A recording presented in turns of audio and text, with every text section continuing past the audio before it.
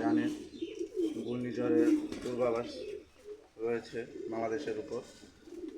তাই ঘূর্ণিঝড়ের এই তাণ্ডবে আল্লাহ যেন সবাইকে হেফাজত করে, দোয়া করি। এখন আমি আছি আমার কবুতরের ঘরে, কারণ দুদিন ধরে বৃষ্টি হচ্ছে বাইরে, আমার কবুতরগুলো বাইরে গিয়ে খাবার খেতে পারছে না, তাই তারা ঘরের ভিতরে আটকা পড়ে আছে। দেখুন কি বাতাস হচ্ছে, বৃষ্টি হচ্ছে। তাই এখন আমি কবুতরগুলোকে আদার দিয়ে দেবো এখানে, আদার খেয়ে তারা যেন ঘরের ভিতরে বসে থাকে। দেখতে পাচ্ছেন কি বাতাস হচ্ছে বাইরে, গাছপালা যেন তো ভেঙেই যাবে।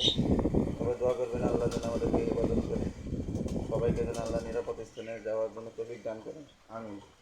মাশাআল্লাহ, দেখুন কবুতরগুলোকে খাবার দিয়ে দিলাম, তারা এখন আদারগুলো খাচ্ছেন। সবাই দোয়া করবেন যেন সবাই নিরাপদ স্থানে থাকতে পারে, এই ঘূর্ণিঝড় থেকে যেন আল্লাহ সবাইকে হেফাজত করে। আল্লাহ হাফিজ।